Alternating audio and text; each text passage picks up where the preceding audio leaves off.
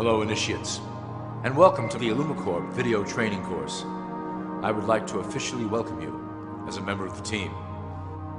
You've joined our organization at perhaps the most exciting point in our long history. Our founders shared a passionate dream to transform this country and eventually the whole world into one cohesive organization. When IllumiCorp finishes gaining centralized control over the resources of the planet, and we will, we can then organize, distribute, and govern for the benefit of all. After competition and dissent are eliminated, we will build a utopia for the people of the world to share based on need and rejoice together in a harmonious new world.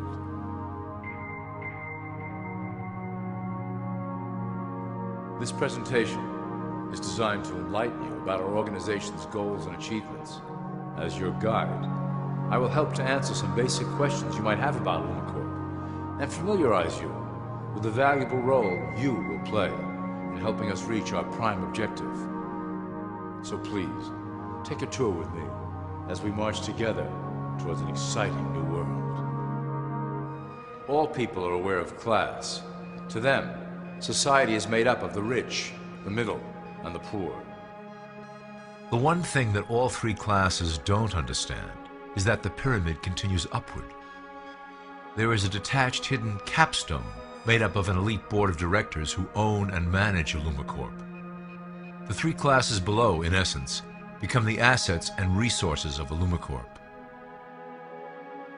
IllumiCorp is divided into various administrative branches, but each branch has the same 5 levels in their hierarchy.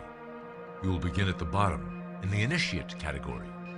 As such, your role will be to make sure that your orders are carried out through the sub-corporations and institutions controlled by IllumiCorp. You will be placed in plain sight, at the head of a company or institution in the public sector, to carry out the plans delivered from above. Remember, your role is very important. You will be the face of IllumiCorp to the outside world. You are our connection to the masses below. Never speak publicly about your orders or your masters. Now let's look at IllumiCorp's 6 administrative branches and their functions. You will be placed in a top position of power among one of the following sectors. In this way, as you are monitored and guided from above, you will decide strategy and introduce programs that further our goals. For that is the secret to IllumiCorp's success. Control the head, and you control the body. This is potentially IllumiCorp's most effective instrument for global control. Through international banking, we manipulate the fate of all countries. We have introduced many institutions, such as the IMF and WTO, that work in our favor to impoverish disobedient nations. Always remember, debt is a powerful weapon against countries that don't share IllumiCorp's vision. Perhaps our greatest achievement in banking is the Federal Reserve System. It is a collection of international banks owned by IllumiCorp members and financiers. It was created to form a centralized banking system through the Federal Reserve Act of 1913, an act that was indeed penned by some of our most esteemed members. Many of you might still assume that the government itself prints and issues the currency. That is not the case. When America needs money, they go to our boys and ask for it. The money is printed, but it is only representative of a loan. Interest accrues on that dollar until it is paid back to the Fed. In fact, the federal taxes paid by the American population go almost entirely to paying off this debt. So you see, IllumiCorp derives a healthy amount of its operation funding directly from the debt of the public. Needless to say, this is one of our most crucial sources of funding and one of our proudest achievements here at IllumiCorp. Through mergers and acquisitions, we have slowly and silently bought up the majority of U.S. industry. IllumiCorp and its members own most of the oil, transport, banking, media, food and communications industries in America and abroad. Through fewer and fewer conglomerates, we are able to effect with great precision the machinations of labor and government. Ultimately, corporations will replace government as a centralized international body that can meet the needs of the public worldwide without the chaos created by national self-interest. When IllumiCorp goes public, Corporatism will be the foundation for world government. Conglomerates will merge into one cohesive corporation that is responsible only to IllumiCorp and the needs of its global employment force. IllumiCorp's control of the American military is another impressive tool in our possession. We have nurtured these institutions lavishly to serve as the prototype for our global police force. When ready, our technology and manpower will dominate those who oppose the coming new world order. By utilizing American patriotism, we have fostered in the American soldier the philosophy of peace through superior force. When the time is right, we will migrate that mentality towards the belief in a global government who must protect all people through superior force. We have used the American military-industrial complex to build the arsenal necessary to instigate the final cleansing outlined in IllumiCorp's Great Plan. Our primary target will be Islamic nations who will never submit to our Western-centric domination. They also hold much of the remaining oil reserve of the planet. IllumiCorp must own that precious resource, as it is crucial in maintaining our domination over the countries of the world. Through IllumiCorp's enormous federal funding of the military, we can develop new forms of warfare and population reduction. The public can't imagine what we were in the process of developing. Soon, even the weather will be a weapon under our control. We will be able to create droughts, floods, hurricanes, and even tsunamis with no fingerprints attached. The political system of America has been under direct control of IllumiCorp for some time. It was actually a relatively easy acquisition, and has been even easier to manage. Politicians know of our unspoken agreement, and will do anything to stay in power. A two-party system benefits IllumiCorp in that it reduces all issues into a black and white debate. Through media, we can play side against side, using each where necessary to support our goals. Due to a diminishing faith in the system among the public, IllumiCorp has designed a rogue candidate program to provide a voice for the dispossessed. This disperses the impetus for dissent among those who do not feel represented by our candidates and builds a database of potential dissidents. At the turn of the last century, IllumiCorp took a serious interest in public education. Our Supreme Council realized that by creating a private organization to dictate curriculum on a federal level, children could be conditioned into obedience on a mass scale. In the interest of promoting IllumiCorp principles in the classroom, hundreds of millions of dollars were invested to create the General Education Board in 1902. The result of doing this is evident today. The doctrines of public education have transformed recent generations into a weaker, more docile mass. Through meticulously planned curriculum, we have control over the process by which the average child learns. Thus, we can mold them into obedient workers who are conditioned to accept the implementation of the Great Plan. In addition, IllumiCorp has set up many associations, including the American Historical Association, that determine and uphold the official view of history. Knowledge is power, so we must at all costs be the authors of the truth. By writing history to suit our interests, dissenting voices cannot gain ground, and we can vastly influence culture to achieve our prime objective. IllumiCorp uses the media to shape the public's opinion about current events and condition desired attitudes about our future agenda. Through news, entertainment, and advertising, we can program a variety of emotions and responses into the collective unconscious. In the past, we were limited entirely to print media, but now we have multiple mediums to utilize in programming and conditioning the masses. With cable news, we have directed the public to a more entertainment-based consumption of world events, infotainment. This medium is far more effective at subliminal reinforcement of desired attitudes towards our objectives. For instance, we are currently instilling a sense of duty towards environmental issues. With our growing control of the weather through HAARP and chemtrails, we will scare the public into accepting our global protection agendas. We will then phase into the great cleansing which must occur to return the global population to a manageable size. We reinforce the desired norm through advertising, creating a model for people to live up to that is virtually impossible. The result is an incomplete, desperate individual seeking acceptance. Through reality television game shows, we repeat the pattern of individual survival versus group survival. This breaks down the idea of community and breeds individuals who seek only their self-interest. With a public that is constantly suspicious and scheming, we maintain the status quo of a divided population that never thinks to look up. Religion has served its purpose incredibly well.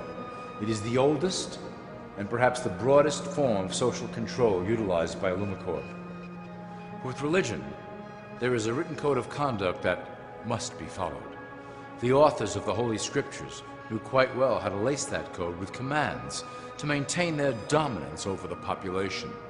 This system has survived through millennia to hold the flock together and bring us to today. Admittedly, religion is losing its power for control. However, the fanaticism that has arisen due to this decline is particularly helpful to IllumiCorp. Our invisible influence in the church has helped bring the Christian fundamentalists out of the background. We control their opinions on current issues through policies designed and written right here at IllumiCorp headquarters. They are sent to our ministers, who then preach the Word of God and their interpretations of the Bible to their followers. Their blind faith is used to transform them into willing soldiers to defend our cause during the catastrophes ahead. As the final phase is enacted, we will propagate end-time prophecy to convince them of their convictions.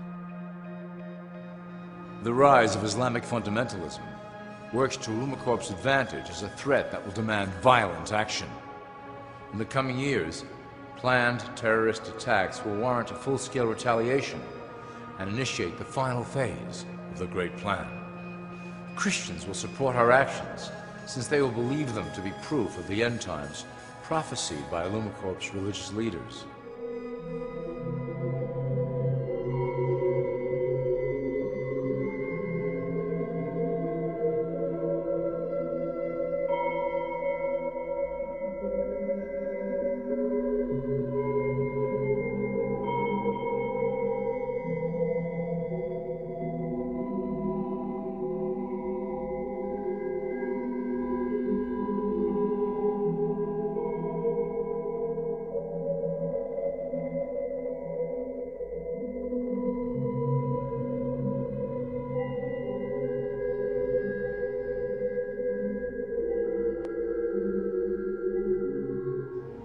Now that you have a basic understanding of how we work over here at IllumiCorp, I would like to introduce you to one of our latest projects, the Control Grid.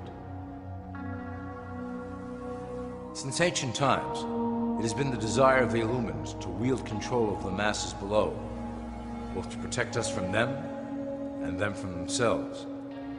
The tools through the ages have been effective, but always blunt and inaccurate. But now, with the release of new technology to the masses, we have the real ability to implement a control grid with finance, industry, government, and military under our strict control. We can safely shift the population into a new world, monitored and controlled by IllumiCorp. Technology such as the internet, GPS, and RFID chips are pillars of the invisible prison we are erecting around the people. Within the decade, we will have real ID cards that contain criminal records and pertinent information, all linked to federal databases. Cell phones will tell us where each individual is, linked to the same database. Through intelligence agencies and Homeland Security, we will monitor individuals who oppose the Great Plan and remove them from the grid. Quickly, the population will learn that they have a choice: support the system and benefit from its luxuries, or reject it and lose access to the grid. Well, that was quite an overview. I hope it gave you an understanding of our process and basic overall structure here at IllumiCorp. The dawn of a new era is on the horizon, and it will shine gloriously over the new world that we have built together.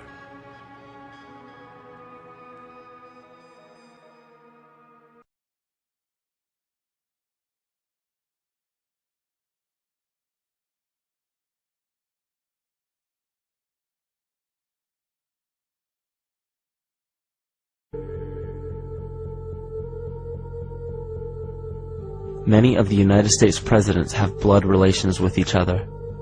The Bush lineage has blood ties to a great number of former presidents: George Washington, Millard Fillmore, Franklin Pierce, Abraham Lincoln, Ulysses Grant, Rutherford Hayes, James Garfield, Grover Cleveland, Teddy Roosevelt, William Taft, Calvin Coolidge, Herbert Hoover, Franklin Roosevelt, Richard Nixon, and Gerald Ford. Michael Tessarion points out in his work that Bush is closely related to every European monarch on and off the throne, and has kinship with every member of Britain's royal family. Bush's family tree can be documented as far back as the early 15th century. He has a direct descent from Henry III and from Henry VIII's sister Mary Tudor. He is also descended from Charles II of England. And we also find that George W. Bush is a direct descendant of Godfrey the Bullion. Godfrey was the first king of Jerusalem after he recaptured it from the Saracens, which was the name for the Islamic faith during the Middle Ages. It is interesting to note that the current occupation of the United States in the Middle East was re-established by the same family, George Bush Sr. in 1991, and again by George Bush Jr. in 2003. George Bush Jr. is then found to be a cousin to both opposing candidates of his 2 terms in office, Al Gore and John Kerry. Democratic President Barack Obama also has blood ties with George W. Bush, as well as Gerald Ford, Lyndon Johnson, Harry Truman, James Madison, and the British Prime Minister Sir Winston Churchill. On the opposing side of the 2008 presidential ballot, John McCain is descended from Robert the Bruce, King William I of Scotland, and also Godfrey the Bullion. At West, but one of the things I discovered is that Dick and Barack Obama are 8th cousins. Wasn't that an amazing thing? Yes, if you go back 8 generations, they have a common ancestor. So you're from Barack Obama? No, but I thought I should admit this fact as evidence that maybe I'm not completely objective about Mrs. Clinton. Now that we know Vice President Dick Cheney and Senator Barack Obama are distant cousins, the New York Post decided to check into the genealogy of President Bush, and his family tree has people talking. Check out this family tree, done with research by Ancestry.com. What would you say if I told you he's related to all of those people? But you're wrong. Oh, no, I'm not. Let me take you through this, branch by branch. Vice President Dick Cheney, the man who's only a heartbeat away from the presidency, is actually a blood relation. He's President Bush's 9th cousin once removed. Cheney's cousin Barack Obama is also Bush's 11th cousin. President Lincoln was President Bush's 7th cousin 5 times removed, and Bush shared more than just a ballot with John Kerry. That's right, they're 9th cousins twice removed. There's also royalty in the Bush bloodline. Princess Diana was Bush's 11th cousin twice removed. You were both in Skull and Bones, the secret society. He's so sick we can't talk to him. What does that mean for America? The conspiracy theorists are going to go I'm wild. sure they are. I don't know. I haven't seen the web. Number 322. You both were members of Skull and Bones, the secret society at Yale. What does that tell us? Not much, because it's a secret. Is there a secret handshake? Is there a secret code? I wish there were something secret I could manifest. 322, secret number? There are all kinds of secrets, Tim, but one thing is not a secret. I disagree with this president's direction that he's taking the country. We can do a better job, and I intend to do it. And we'll be watching. Be safe on the campaign trail. John Kerry, thanks for joining us. And we'll be right back.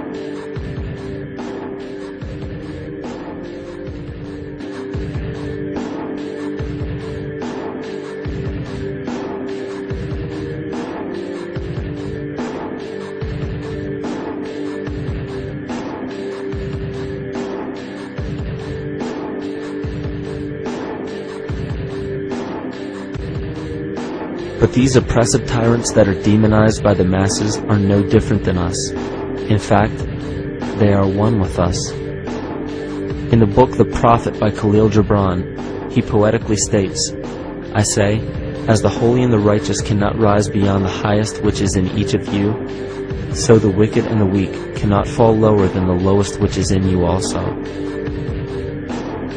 Every one of us has the capability to commit the most horrifying sin, or show the most beautiful compassion to our fellow man. This is the very definition of an illness within the psyche and soul of man.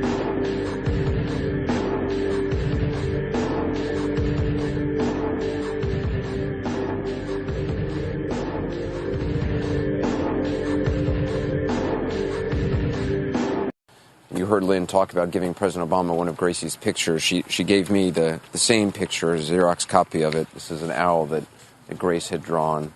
And President Obama said that he would cherish it, and I'm certainly going to frame this and cherish it as well.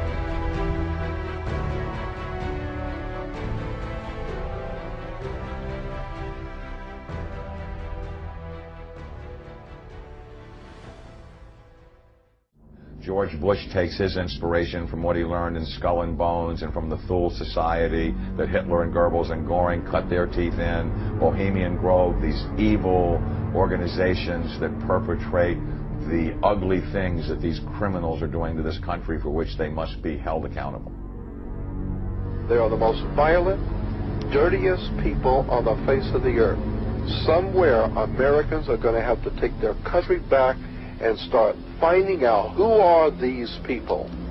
Who are these people we call our representatives, the Bushes.